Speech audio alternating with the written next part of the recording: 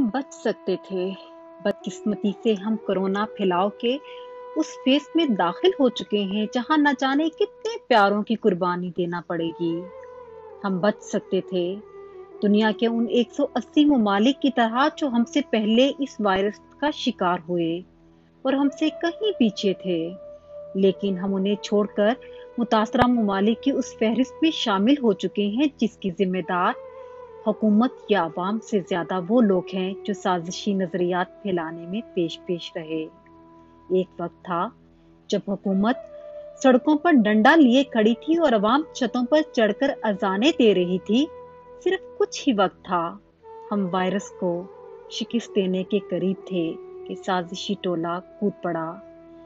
کہا گیا کہ کورونا مریضوں کو ڈاکٹرز زہر کا انجیکشن دے کر مار رہے ہیں، جبکہ پاکستان میں وائرس سے مبتلا ہونے اور مرنے والے نوجوان ڈاکٹرز اور پیرامیڈیکل سٹاف کی تعداد دنیا میں سب سے زیادہ ہو گئی۔ یکے بعد دیگرے ہم نے وہ نوجوان اور ہنستے مسکراتے چہرے ہمیشہ کے لیے گنوا دیے، جن کے سامنے ایک لمبا اور روشن مستقبل تھا۔ جنہوں نے اپنی جانیں گنوائی، ہم انہیں قاتل قرار دیتے رہے اور اعتراض کرنے لگے کہ بااختیار طبقہ کورونا وائرس کا شکار کیوں نہیں ہوتا۔ پہلے اخبارات میں کبھی کبھار کسی سیاسی رہنما کی رحلت کی خبر سنا کرتے تھے، اور پھر ایک ہفتے میں نصف درجن ممبران اسمبلی جان سے گئے تو عوام کو تھوڑا سکون کا سانس آیا۔ اخبارات سرخیوں سے بھر گئے اور ہم مذاق اڑاتے رہے اور کہتے رہے کورونا امریکہ کی سازش ہے۔ وہی امریکہ جو اس وقت دنیا کا سب سے متاثر ترین ملک ہے۔ جس بل گیٹس نے چپیں ڈالنی تھی، فی الوقت تو وہ اپنے ہم وطنوں کی زندگیاں بچانے سے قاصر ہے، اور ہم سارا مدعا اس پر ڈال کر بیٹھے رہے۔ اور پھر کہا جانے لگا کورونا کے مریض کہاں ہیں، میڈیا دکھا کیوں نہیں رہا؟ آج اسی میڈیا کی نامور شخصیات بے بس پڑی ہیں قرنطینہ میں، جبکہ ہم انہیں جھوٹ بولنے کے طعنے دیتے رہے۔ پروپیگنڈا اتنا پھیلا کہ مختارے کو گھر بیٹھنے کا مشورہ دینے والے اسے باہر نکل کر دوسروں کے جوڑوں میں بیٹھنے پر اکسانے لگے اور پھر نعرے لگانے لگے، یہ سازش ہے یہودیوں کی مسلمانوں کے خلاف، یہ سازش ہے شیعہ کی سنی کے خلاف، یہ سازش ہے سنی کی وہابی کے خلاف، اور یہ سازش ہے سائنس کی مذہب کے خلاف۔ ہم یہی راگ الاپتے رہے اور کورونا نے اپنا وار جاری رکھا۔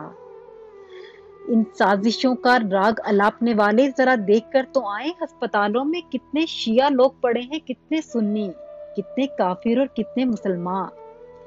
میں نہ مانوں کی رٹ لگانے والے اس بیٹے کی مدد کرنے کیوں نہ گئے جس کا باپ کورونا کے باعث جاں بحق ہوا، اور تدفین کے لیے کوئی نہ آیا، جو اکیلا ہی اپنے باپ کی لاش کو دفنا رہا تھا۔ کہاں گئے وہ بے حس لوگ جو کہتے تھے کورونا ہے ہی نہیں، اور اس میں حکومت کی چند پالیسیز نے بھی بڑھاوا دیا، لیکن ہم نے ذاتی طور پر خود کیا کیا؟ اجتماعی دعاؤں سے اجتماعی شاپنگز تک کا سفر ایک ماہ میں طے کر لیا، اور نتیجہ یہ نکلا کہ ہم آج اس مقام پر کھڑے ہیں جہاں کبھی چائنا، اٹلی اور اسپین جیسے ملک تھے۔ وہ تو بچ گئے، ہم بھی بچ ہی جائیں گے، لیکن نہ جانے کتنی زندگیوں کا خراج دے کر، نہ جانے کتنے پیاروں کو ودا کر کے۔ وہاں تو بوڑھوں کو مرتے دیکھ کر سوکھ کا سانس لیا گیا، لیکن تمہیں تو اپنے بڑوں کو ہاتھوں سے دفناتے ہوئے خوشی نہیں ہونی چاہیے۔ آپ اس ساری سچویشن میں جسے مرضی الزام دیں، لیکن میری نظر میں اس کے بڑے ذمہ داروں میں وہ تمام لکھاری بھی شامل ہیں جو سازشی نظریات کا پرچار کرتے رہے، وہ قاری بھی شامل ہیں جو انہیں پھیلاتے رہے۔ ہر وہ شخص اس صورتحال کا ذمہ دار ہے جس نے افواہوں کو جنم دیا، آگے بڑھایا، واہ واہ سمیٹی اور بغلیں بجائیں، کیونکہ ان لوگوں کے سبب ہی معاشرتی غیر سنجیدگی پیدا ہوئی جسے حکومتی آئیں بائیں شائیں نے بڑھاوا دیا۔ کہاں ہے کورونا کا مریض کہہ کر فضول باتیں کرنے والوں کو اب میتیں اٹھاتے دیکھ کر شرم تو آتی ہوگی، یا شاید شرم نام کی چیز کا تعلق بھی کفار کی سازش سے ہے۔ سازشی سیاست کھیلنے والے یہ چھوٹے چھوٹے مختارے گھر نہیں بیٹھے اور دوسروں کے جوڑوں میں بیٹھ گئے اور بات واقعی ہی بڑھ گئی۔ تحریر نتیم رزاق۔